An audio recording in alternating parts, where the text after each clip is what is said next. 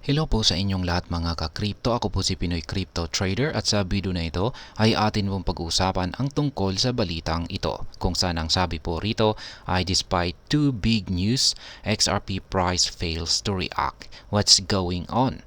Ayan, kahit na nagkaroon ng dalawang malalaking balita tungkol kay XRP, bakit kaya wala itong naging impact sa presyo nito? Ano ang nangyayari kay XRP? At ayan po ang siyang ating pag-uusapan sa video na ito. Pero bago po tayo magpatuloy, ay nais ko lamang po munang bigyang linaw ang aking disclaimer kung saan ang nilalaman po ng video na ito ay hindi po ito isang financial advice. For education and information purposes lamang po ang layunin nito. At ayan, sa atin pong pagpapatuloy ay ang sabi po rito ay one of the latest updates came this week with Ripple revealing plans to make the XRP blockchain more DeFi friendly by introducing smart contracts to the XRP ledger. However, the price of XRP during this crucial announcement periods has been relatively stable.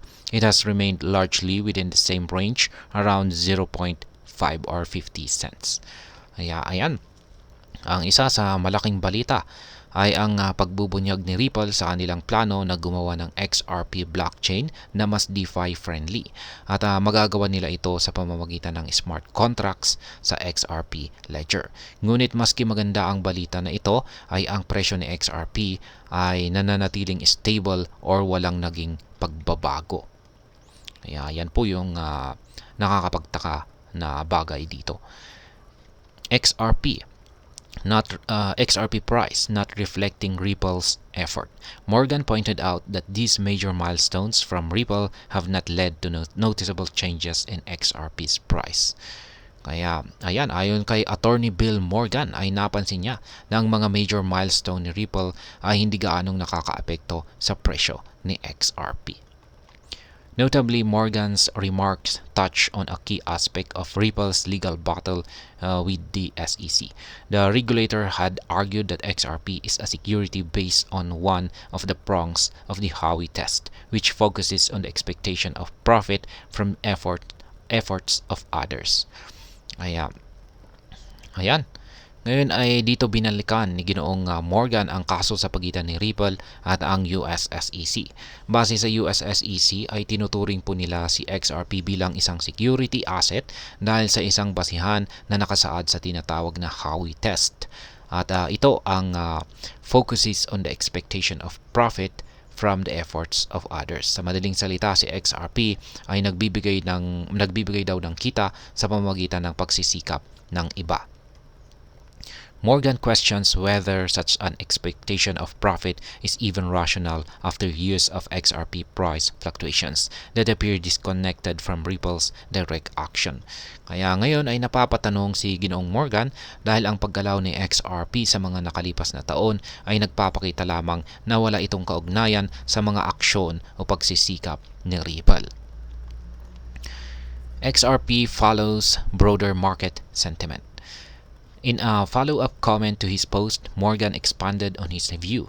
He stressed the decentralized nature of the XRPL and the broad global ecosystem supporting XRP.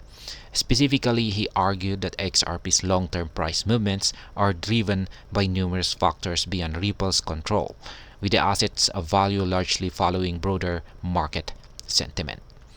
Kaya, ayan.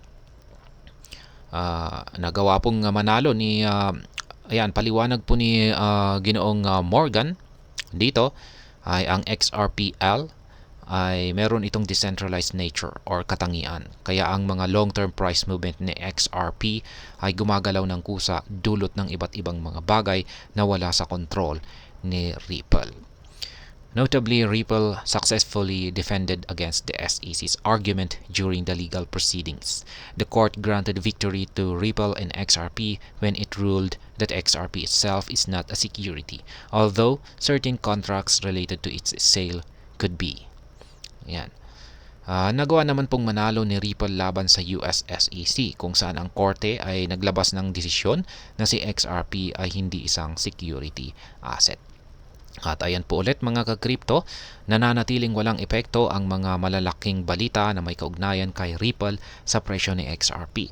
Patunay lamang po ito na mali ang paratang ng US SEC na ang kita or paglago ni XRP ay nakasalalay sa pagsisikap ng iba. At hanggang dito na lamang po tayo sa video na ito mga ka-crypto. Sana po ay inyong nagustuhan ang aking paliwanag sa video na ito. Kung inyo po itong nagustuhan, pag-click lamang po ang like button ito.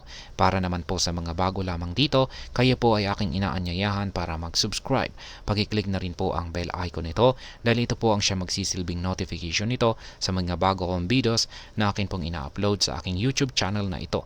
Marami pong salamat sa panonood, ingat po tayo lagi at God bless po sa ating lahat.